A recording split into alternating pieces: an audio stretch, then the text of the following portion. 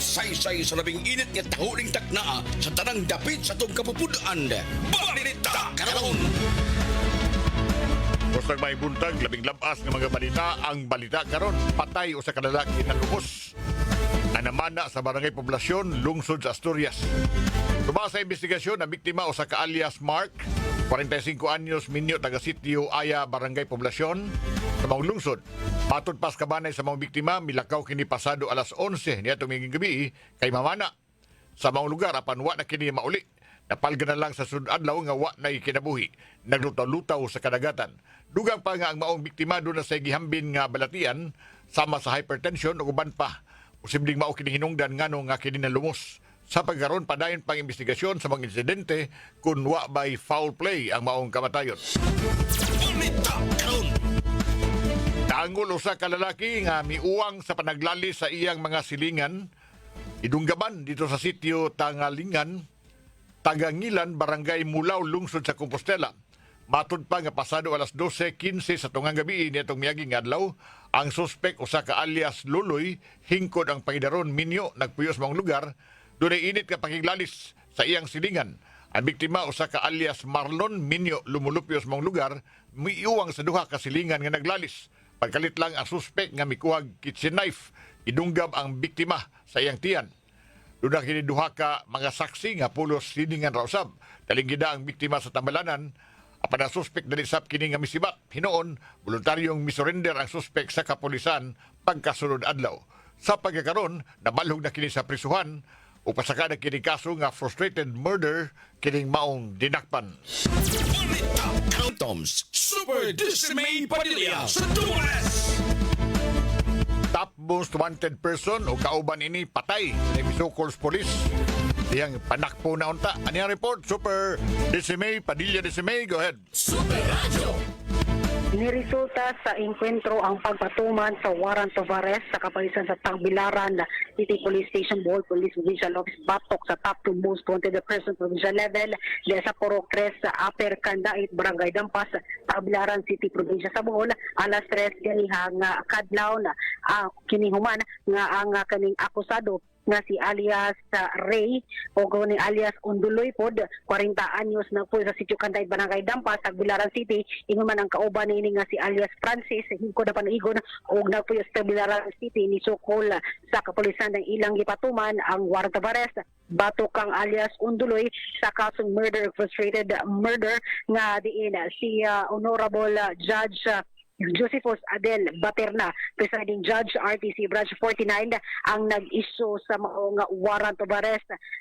Dihang nagpadulong ang kapulisan sa nahimutangan sa suspect o kaning akusado, nakitaan nakabantay sila sa presensya sa pulis, sinundan ni ila kining gipabutan na may hinungog napugos sa pagbawas ang kapulisan nga resulta nga naigo si alias Unduloy o ang kauban ini nga si alias Francis na recover sa crime scene ang usa ka kalibre 36 nga armas man usa ka KG9, usa ka pak sa medium size ito ang shabu nga gisulod og cellophane ug usa ka unit sa silver Toyota Vios nga walay plate number.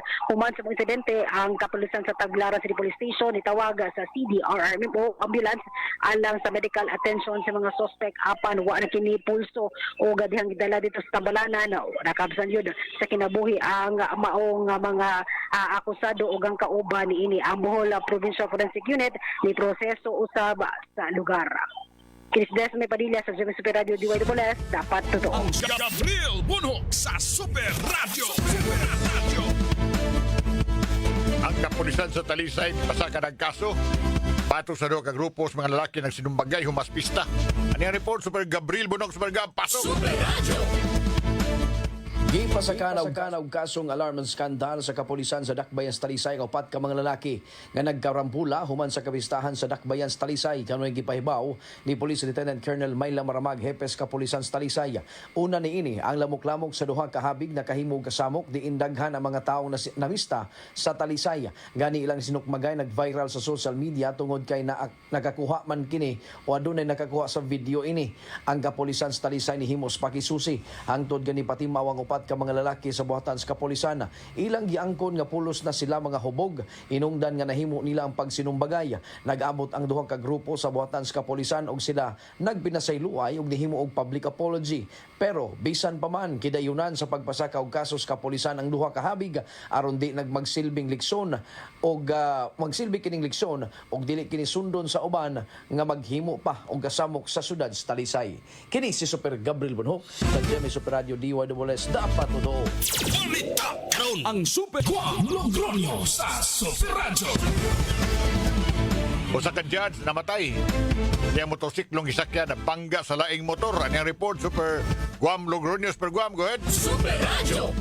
So Edgar, lakip sa naangol sa ang iyang driver o ang motorsiklo nga nakaigo nila o ang angkasad. So tulutanan ang naangol apan way swerte dinhi si ang usa ka judge no nga 41 anyos sa Municipal Trial Circuit Court sa judge siya sa Luginsan Pinamungahan nga MTC si Judge Carmela Rosalio Paskin, 41 anyos, ang nakabsan yun sa iyang kinabuhi atol na sa naitabog insidente. Mga alas 6:50 city na report kini ka maong insidente pero 6:55 nahitabo karog adlaw diha ni sa may National Highway sa barangay Kabiangon, lungsod sa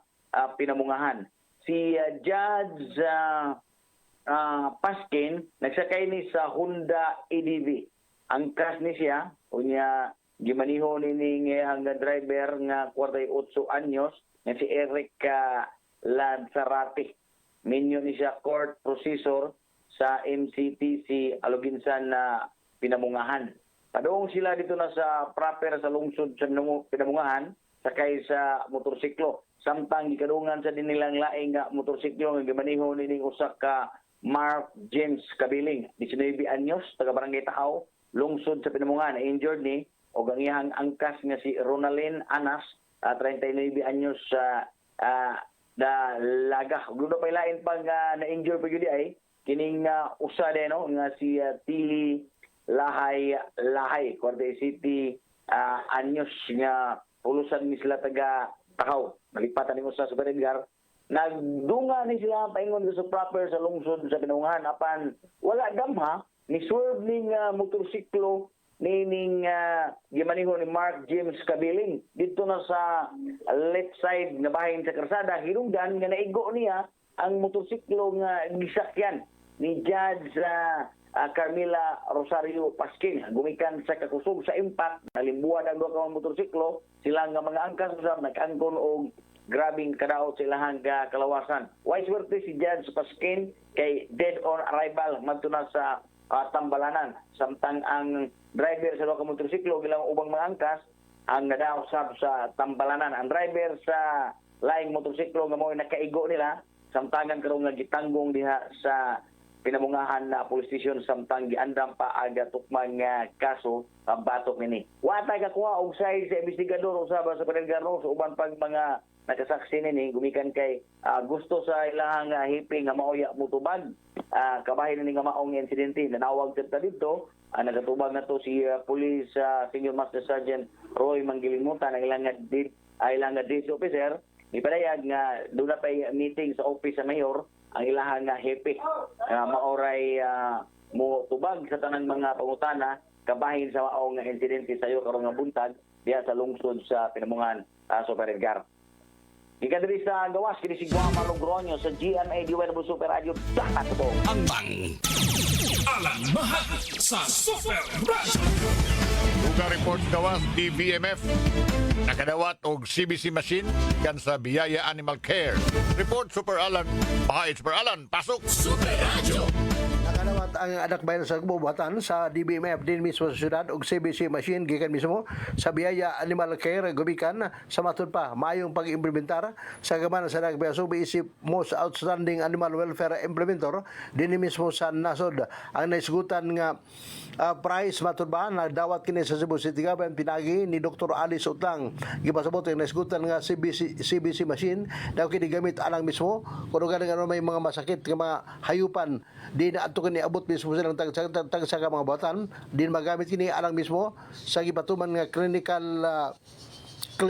alang mismo sa mga hayupan din sa Dakbayan Sugbo sama sa Iro ug Human Iring. Ako sa Ramahit sa Jamie Super Radio DYWS dapat totoo. Balita karon. Hantod daw sa sunod higayon ning tulumanon. Balita karon. Utaw sa kaisipan ug pagpagawa sa atong tingog, batan-on ka man o idaran. Kami mga batanon, aduna mi tingog nga angay inyong paminawon. Kamong mga batan-on, wala gid mo makasabot kung unsa ning pagkatiguang. Ug kamo sa mga tiguang, nalimot usab mo kung unsa ang pagkabatanon. DYWS Super Radio, mudalit karon sa Pugong sa Pulso. Ning lumba nga gitawag tag kinabuhi, duharay atong kapilian. Mag-uol kita kay ang mga rusas dunay tunok o angay kitang malipay kay ang tunok dunay mga rusas.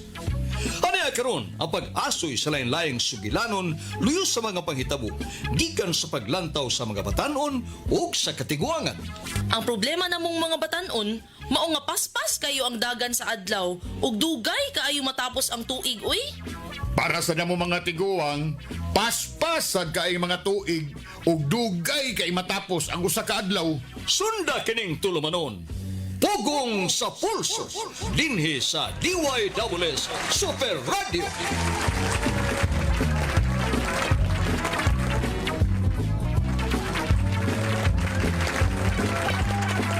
May buntag, may Miyerkules. Kumusta mga kapuso? 22 karon sa Oktubre 22.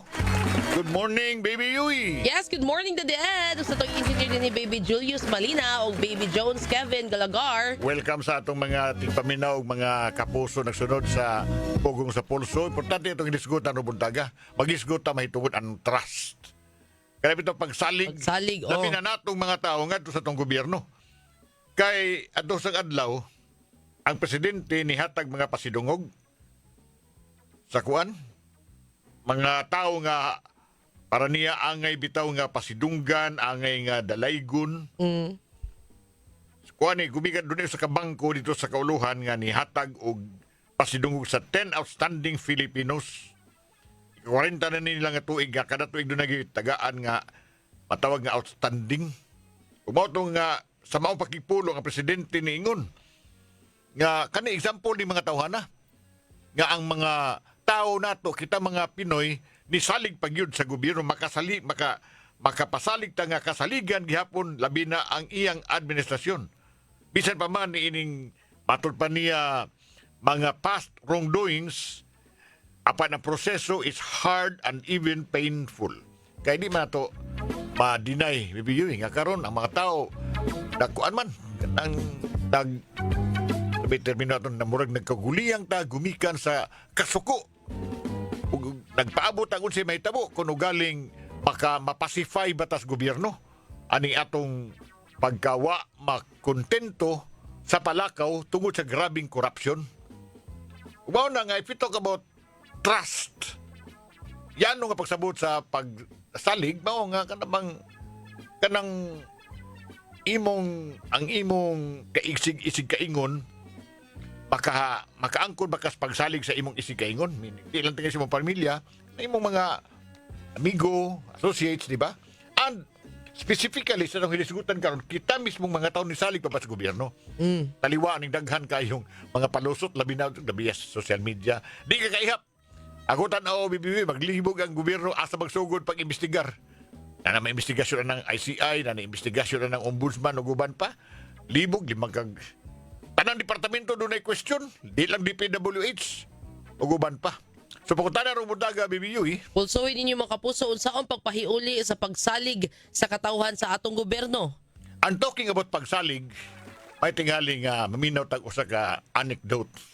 BBU. Kana bang at least atong ma-emphasize bitaw unsa na ka mahinungdanon ang pagsalig. Paminot ako sa ka sugilanon nga dunay pagtulunan. Kini ang istorya ugong sa edad. Sugilanon ni sa usa ka managigala ang kaka og ingon man ang lambay. Ikaw makaw mga lambay, no? O kao sa kaka. Pride ba, Netong pride? unang panahon, ang kaka ug ang lambay, kuan ni sila. Suod kayo, best friend na sila, BFF na sila. Nga, kada adlaw makita gid sila, niya, mingaon gyud sa usa nila, usa ka adlaw, nanghangyo ni si kaka, ngadto sa lambay. Siya nga, migo magita bay lambay, pwede ba nga manghuwam ko nimo og imong ulo? Ang imong ulo ba akong huwaman? Ha? Human nimo akong oo, kay mito na ko. Ingon siya, okay na, yang matangtang-tangtam ni kong o. So, yang gihatag yang o. Gigamit ni kaka. Ang rason nito nga gihuman yang o sa lambay, kay doon na dito siya kuan, laing plano. Gipatawag din siya dito sa ilang barangay. Sa gobyerno ba, gipatawag siya sa korte. Kay nakahimo siya usa ka offense. Unya, gihusay siya siyang offense, ilang nahukman nga sadaan kini si kaka. O capital punishment. Putlan siya siyang beheading. Si kaka, kumpiyansa sa sige, putlay ko. Kay, kumpiyansa siya, kaya man yang iya itong hinuman, gikan sa lambay. Ug doon man, unawa ang sa lambay, kay mo giputol.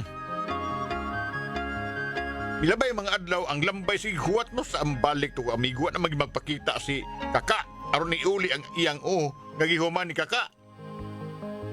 Gani hangtod karong panahon na, wala na sila magkita.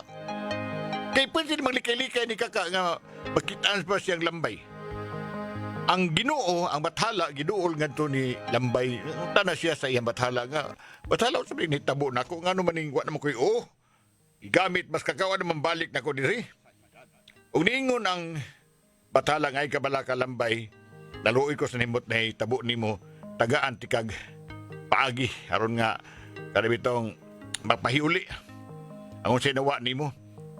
Mo karon nga nagmold ang Ginoo og bag-ong baba niya na ngipon na ay pincers kanabitong paak niya, di ba? Ang tanan naa siyang lawas.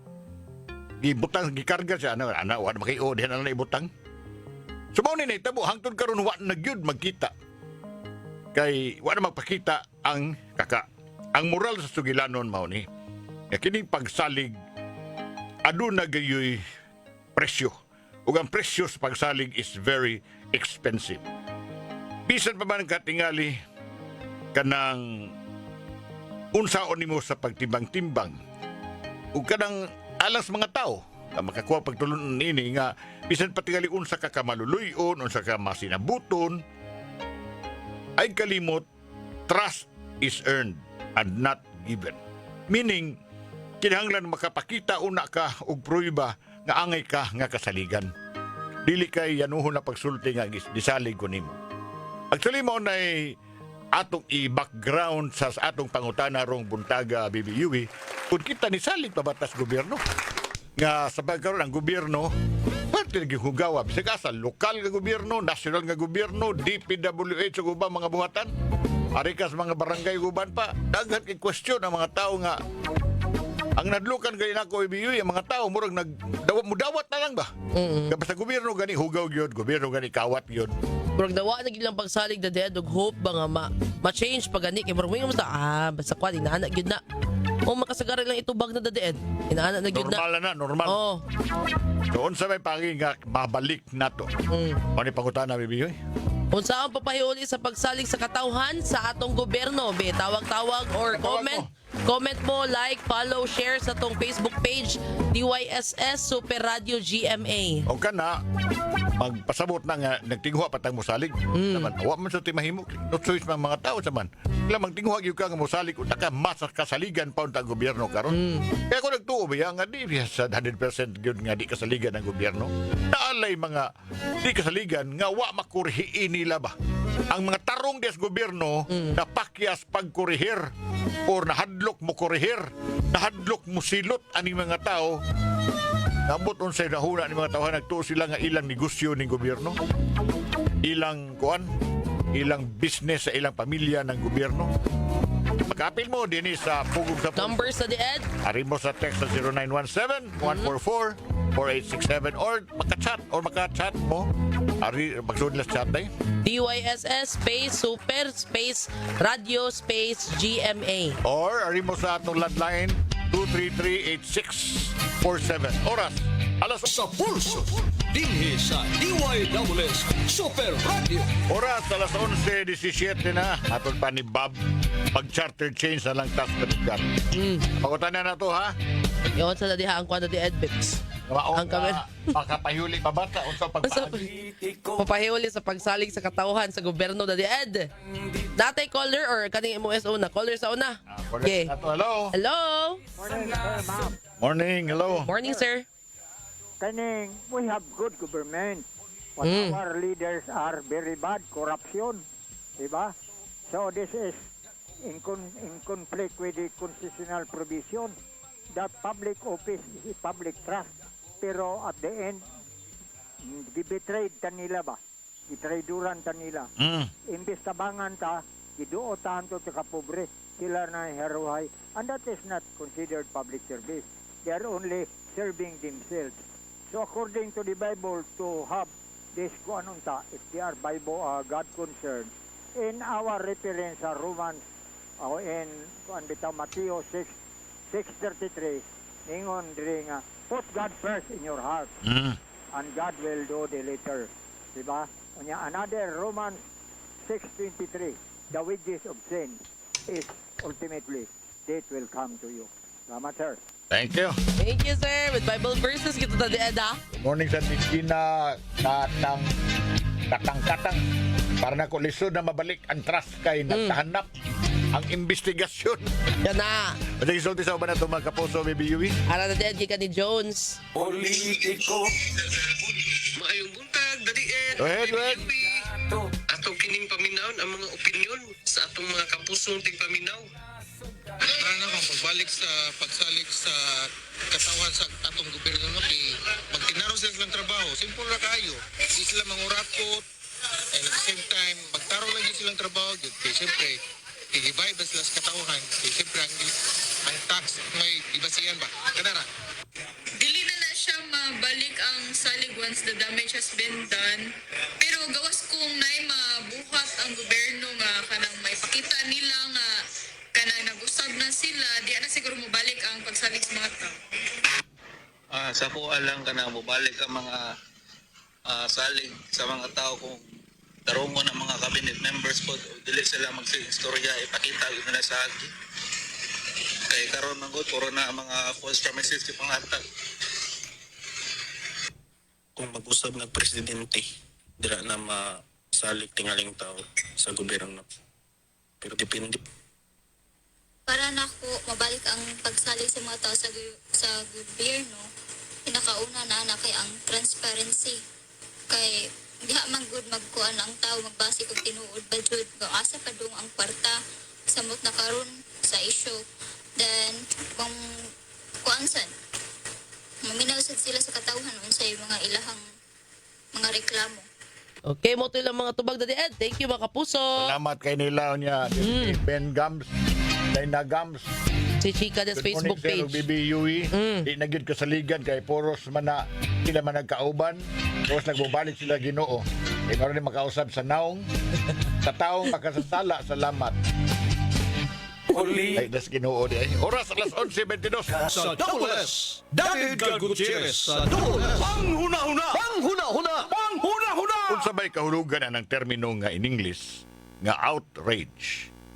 Ang diksyonaryo may hulagway ang termino nga outrage nga extremely strong reaction of anger, shock, and indignation.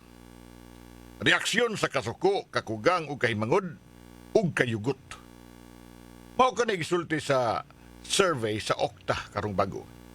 Sa ila pang pagtuon, nasayran nga mayoriya sa mga Pilipino are outraged by the corruption ini proyekto sa infrastructure sa gobyerno. Kadaghanan sa mga Pinoy nga adult 60% nakabatyag og kasuko ug outrage sa ilang paghunahuna ining korupsyon sa gobyerno ilabi na sa proyekto sa flood control. O kinsa ba sa tuoy di masuko? Nga una, gisalidahan tag hearing sa Senado ug lower house o sa nang gawas ng mga baho sa mga kontraktor, ininyeros, gobyerno, kalit lang nilang gisirhan ang pilon diyan nang gawas na angan sa mga nagunang protagonista. Mga protagonistang tulisan sa kaban ng bayan. Karon, gilingaw-lingaw taglaing investigasyon. Investigasyon sa ICI nga sila-sila rasay giimbestigar ug wa pa apila ang mga tao. Unsa kay pagtuo nila? Makontento ng mga tao kung duwaan nila sa sugal, sama ang sugal pagpangitas liso, sa bubong pagkasulti lipat-lipat. Ilabang gipakagamay ang resulta kung duwaan mo surambaw ang mga magbubuhis nga mao'y na biktima ni dako kaayong kawat. Panghuna-huna! Panghuna-huna! Panghuna-huna! Ala, mga ito pagkakahuna mo nitapos sa itong tulumanon karon kung sa Pulso, Bibi Yui. Yes, salamat mga kapuso. Baby, oh yes, nabisa, baby. Kung manasanta, wala itong Bibi Julius Malinaw, Bibi Kevin Jones. Salamat, may gusto ka Super Edgar Gutierrez. Pugong sa pulso. Dinhi sa DYWS Super Radio. Super Radyo DYWS.